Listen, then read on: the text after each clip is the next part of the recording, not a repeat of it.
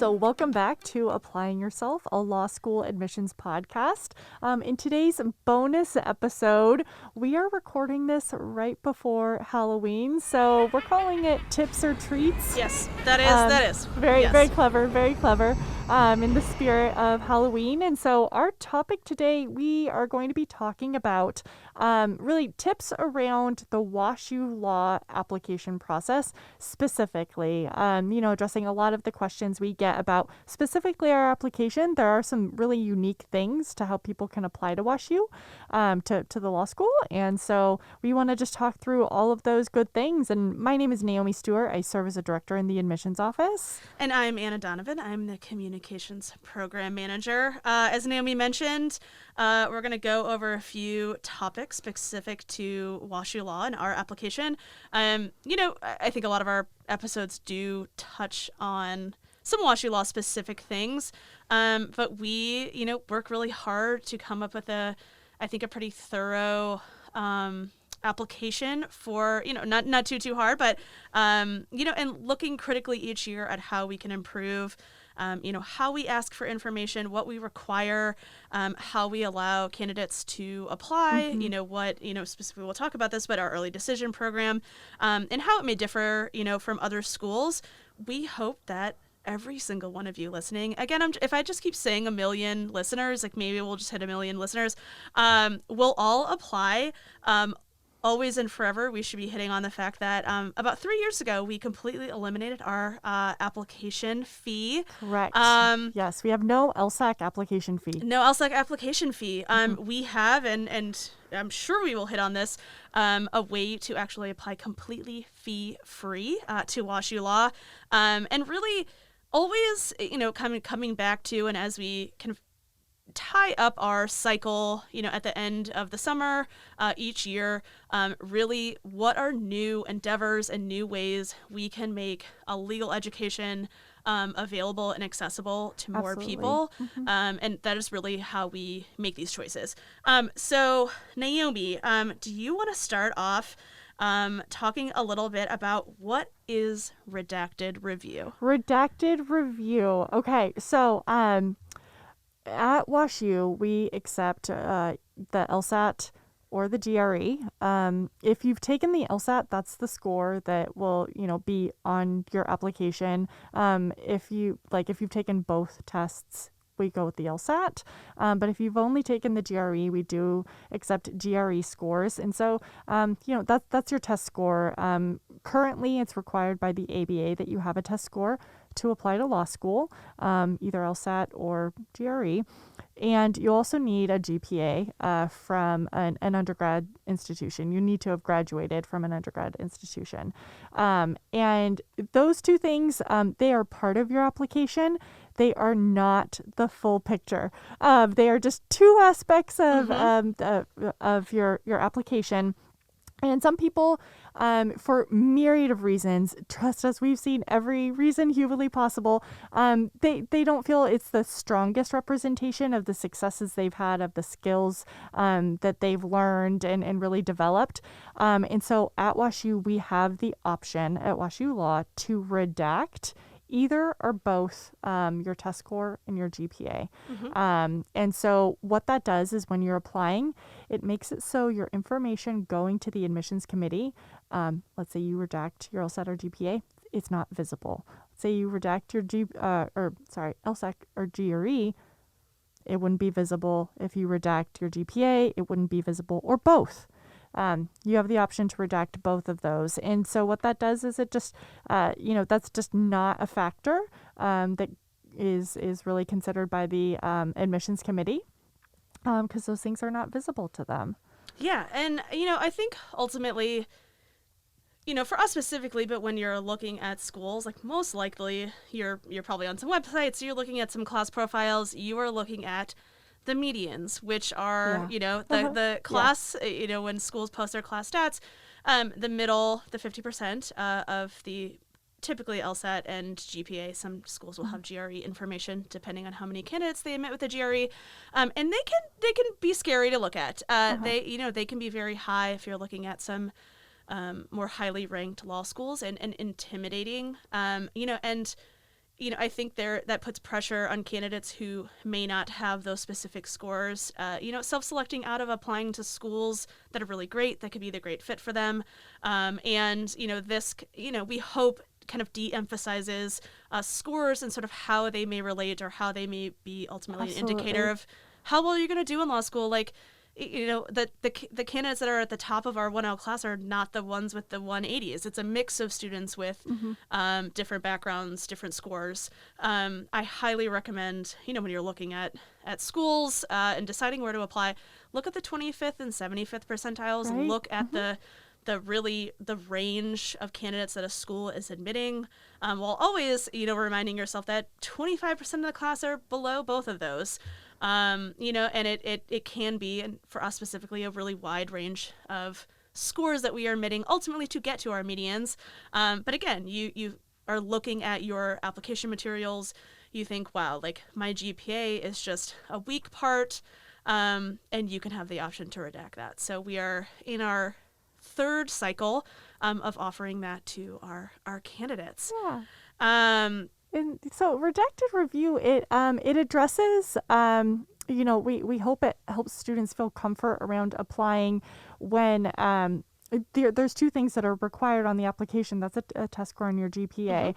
But what else is required for WashU Law specifically? Every law school is a little bit different, but in that spirit of accessibility, Anna, do you want to talk through really what the required things are for our application? Yeah. So, I think something that is very different is we don't actually require all that much on our application.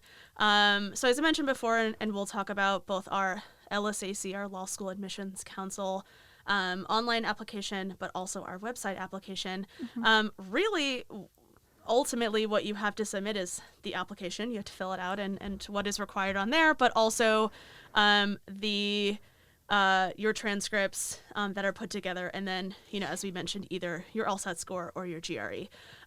Nothing else is required for us. We certainly do recommend that candidates submit a personal statement. You're probably going to have those for the other schools you're applying to. Your resume. We suggest 2 letters of recommendation. We'll accept up to 4. And then any addenda you would like to include. No additional statements required, but we do have some candidates submit diversity statements, that submit statements of need. This is going to be my plug for everyone to listen to our previous episode all about scholarships and how that comes into play. But it actually is ultimately very simple and pretty quick to submit an application. Again, $0 application fee to WashU Law. And you can send those other materials, but not having those is not going to hold up your application from being reviewed, which I think is great. Yeah, and when thinking about having your application reviewed and the timeliness of that, something else that comes up often is early decision. A lot of law schools have an early decision program. Essentially what this is you've applied, and by applying early decision, you are stating that school is your top choice. And so if you apply early decision to WashU Law, the admissions committee takes that as an indicator that you're highly interested. WashU Law is your top choice. And by virtue of that, they will move as quickly as they can once we have all your materials. And once you've gone through at WashU, the interview process, to try to move things to the scholarship phase. And our early decision, though, is a little bit different from other schools in how you can accept your award, essentially. Yeah, absolutely. I think for anyone who has been through the law school admissions process, or probably is potentially currently in the process, will realize that all law schools, we all do things a little bit differently. So our early decision, candidates can indicate that right on the application themselves, being considered for early decision. We have a little blurb about what it entails, but essentially it is this. From the point that we process an application and deem, that we have your materials, everything looks ready to go, sent to be reviewed, which may include an interview with someone from the admissions office. Within 2 weeks, a candidate will hear back whether they have been admitted through our early decision program. And with that will come a 15-minute phone call for scholarship consideration. Or they will be rolled into our regular review process, which just puts candidates into, a little bit longer, potentially of a wait for a final decision from the admissions committee. It is not an auto deny. We get that question all the time. And, for early decisions specifically, if we can and want to admit that, great candidate, having a scholarship phone call, determining, an award to suit this candidate's, both, need, but also a merit component as well. This award will be sent to the applicant, and they will have 2 business days to accept or decline our offer. Only at the point that they are accepting our offer does it become binding. I think this is where the kind of separation between how we do early decision and how many other law schools do it is kind of the most glaring. Is it is not binding immediately upon checking the box that says that you are applying early decision.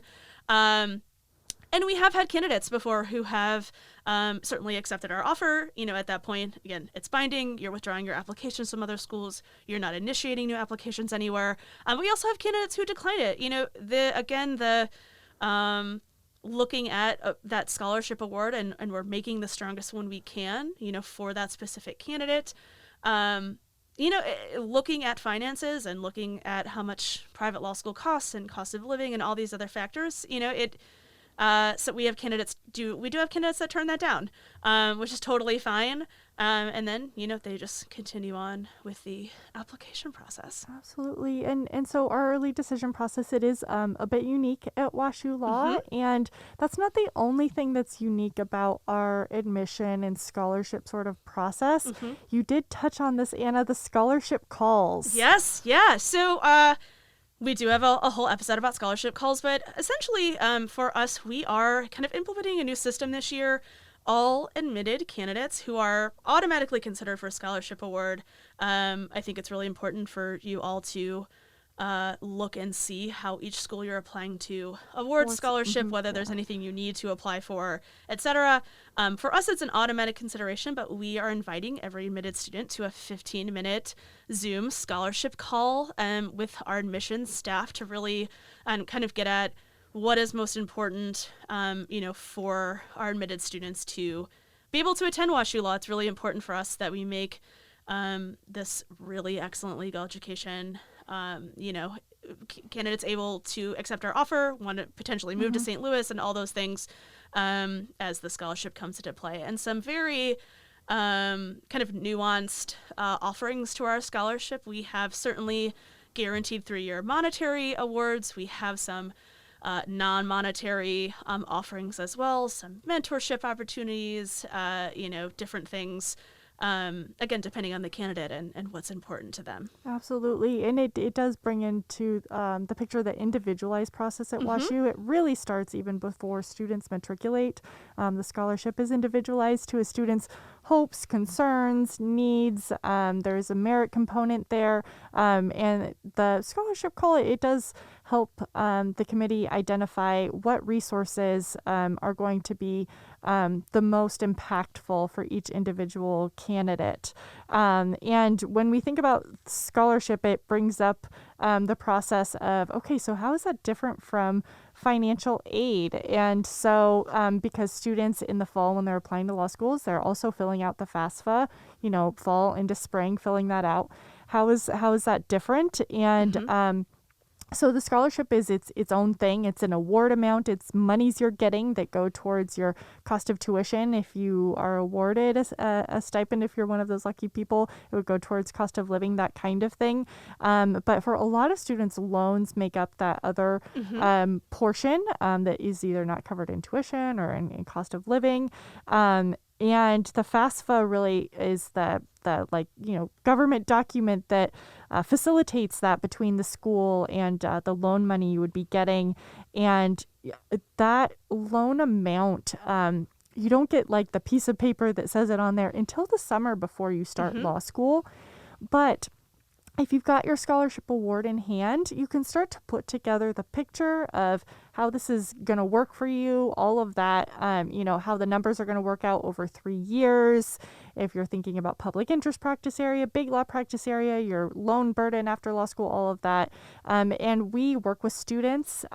We do 2 separate one-on-one meetings to really look at those numbers for each and every student, so that you have a good idea of the whole picture, and sort of financial picture you're entering into attending law school. So you can make career plans, you can make family plans, Yes. all these different plans. Yeah, it is something we started doing last summer with our now 1L class, and looking at debt, looking at what repayment may look like for them. Also, things as simple as budgeting, and having some worksheets.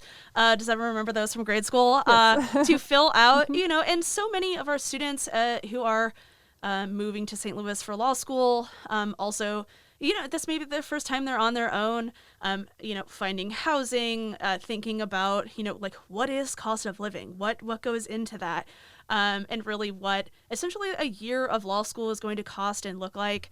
And you can be thinking about that early. And so we're implementing those processes to help students think and be really fiscally responsible about this intensive 3-year endeavor. One last thing I've mentioned a couple of times, but Naomi, will you do a quick rundown of our website application and applying without any fees to law school, and how you can do that? Sure. So there, if you go to our website, there's the little, you click on the hamburger in the menu, you go to admissions, JD admissions, there is an apply now button, and it's a single page on the website. You fill out your, basic information, legal name, all of that stuff, your GPA, your test score. There's an option to redact on there if you so choose. And essentially you hit submit, you'll get an email asking you to email us with a personal statement, a resume, and then letting you know where your recommenders can send their letters of recommendation. They can just email them on over. And essentially that's it. That's it. Yeah. You've done it. Yeah. Right? Yeah. Almost seems a little bit too easy. Too easy? But just easy enough. Like you want parts of this really intensive application process to be easy when they can be, and we're trying to do that and make that happen for candidates. We know applying to law school is expensive. You're paying for the LSAT, you're paying for CAS, reports, and all of these other things. And so we do have this option for all of our candidates that think, and we hope that WashU is the place for them. We think we're a great institution for everyone. Absolutely.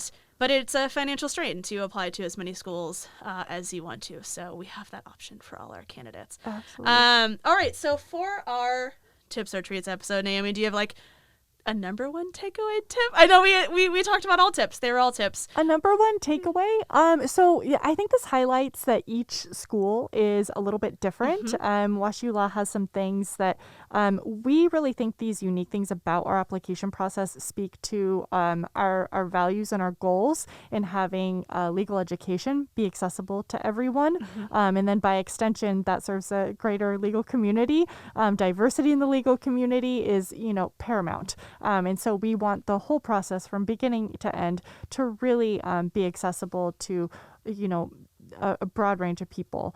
And to that end, if you're looking at a law school's application and you're not a little unsure, does this apply to me? Or if I do this, how does this sort of work out? If I apply early decision to the school, what is my sort of obligation? Don't hesitate to reach out and ask the school. And especially with us, if you see something on our application you're a little bit curious about, or even feedback. We love feedback. Absolutely. About our application. Don't hesitate to reach out. You can email us, you can call us, you can set up a consultation. We're happy to be of help. We also have consultations with current students for application materials. So if you'd like someone to review your personal statement, your resume, just talk with you about the application process, like materials wise, current students are available to do that. And so just, bringing it back to the point, if there's something you're a little bit curious about on the application, don't hesitate to reach out to the school. I think that is huge. And, for every school you're looking at, for us specifically, we love that part of our job that is helping people through the application process. And, Absolutely. and certainly can be specific to WashU Law, but just in the general sense for so many candidates that are first gen, that don't have lawyers in their family, they don't know anyone that have gone through this process, they don't have a pre-law, maybe their school doesn't even have pre-law as an option, we can be that, and really just email us and we can connect you to all of our resources. That's an excellent tip. We'll wrap it up there. Yeah, great. Thanks so much for joining. Thank you so much. next We'll see you time. in 2 weeks. All right, bye. Bye-bye.